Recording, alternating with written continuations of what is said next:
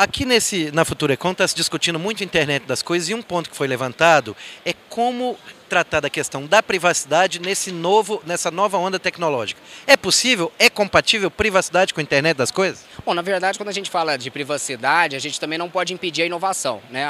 Isso é um caminho sem volta, a IoT está aí, a gente realmente tem que incentivar esses modelos inovadores na internet.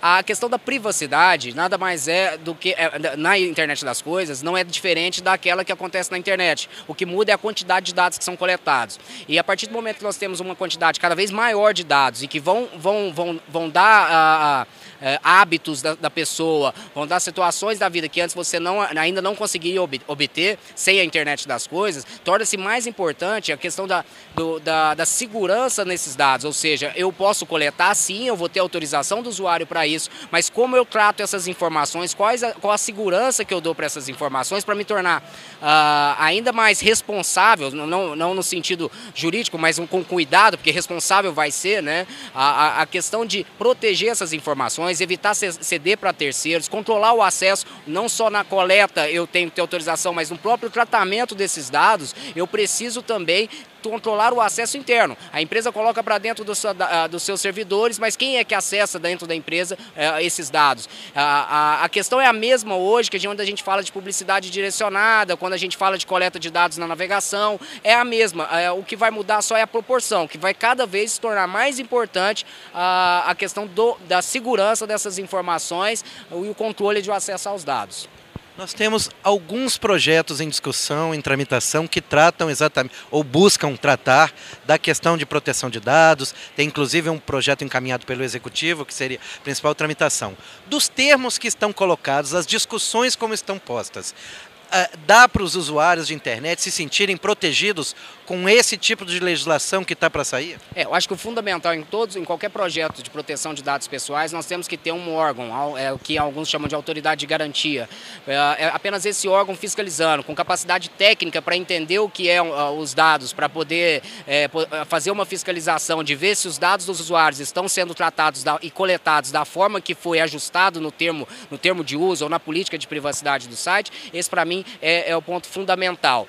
Em respeito, eu acho que talvez a grande discussão que se tem é se permitir a inovação, continuar tendo a inovação dos sites e não colocar um consentimento tão expresso de uma forma que se torne impossível dos usuários navegar. Ou seja, a questão hoje é como se vai coletar esse consentimento informado, né? Aquela informação transparente para o usuário. Esse é o ponto de discussão. Agora, de qualquer forma, nós precisamos agilizar esses projetos. Nós já estamos muito tempo atrasados, nós somos um dos poucos países que não tem uma lei própria de proteção de dados. O senhor mencionou também, tem lá previsto o que seria uma agência especializada, né?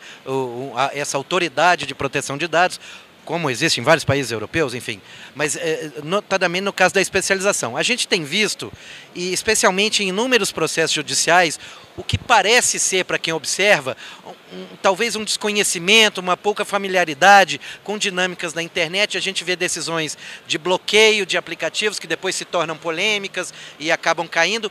O judiciário e todos os advogados, o Ministério Público, enfim, toda a instituição que em volta do judiciário, está faltando conhecimento, está faltando especialização. Como é que isso pode acontecer? Bom, eu acho que em todas as ordens judiciais tem que haver uma fundamentação técnico-informática, vamos dizer assim. O juiz hoje ele pode buscar informações periciais e deve buscar essas informações antes de tomar alguma decisão. Em caso de bloqueio por descumprimento de ordem judicial, é fundamental que você saiba se a ordem que foi emanada ela pode ser, de fato, tecnicamente ser cumprida. Então, sem passar por essa análise, não pode basear em achismos, ou seja, tem que ter prova documental. A partir do momento que tenha uma prova da possibilidade e há os descumprimentos, e aí vão se aplicar as sanções. Aí é uma outra discussão, se a sanção ela é proporcional, se passou todas as etapas ali sancionatórias, com advertência, com multas, e se a medida ela é de fato, ela motiva o cumprimento da ordem judicial. Porque muitas vezes também o simples bloqueio, ele pode não motivar a ordem, como de fato isso ficou demonstrado. E que talvez, eu penso que um caminho que pode ser sugerido nas próximas situações semelhantes, é que, bom, enfrentada a parte técnica, é possível de se cumprir a ordem. E descumprida ela e aplicada a multa não se conseguir chegar a obter o resultado, você não proibir a atividade, mas suspender, por exemplo, novos cadastros, proibir a publicidade, a transferência desses dados para uma outra rede, como por exemplo o Facebook, que hoje estão juntos. Então talvez essas medidas possam, de uma forma mais efetiva, motivar as empresas a cumprir as ordens judiciais. É de alguma maneira garantir, inclusive, um ponto que foi mencionado nos recursos contra esses bloqueios, de proporcionalidade da decisão? Isso, porque aí sim você não vai punir os usuários, né? E não estou dizendo que não poderia ter essa ordem, mas no âmbito constitucional você não pune a parte que não está ligada no processo e tenta sim motivar aquela que é parte a cumprir a ordem judicial, como a única prejudicada. Obviamente, se aí chegar num ponto que nem assim resolver, aí talvez o caminho vai ter que ser a proibição da atividade.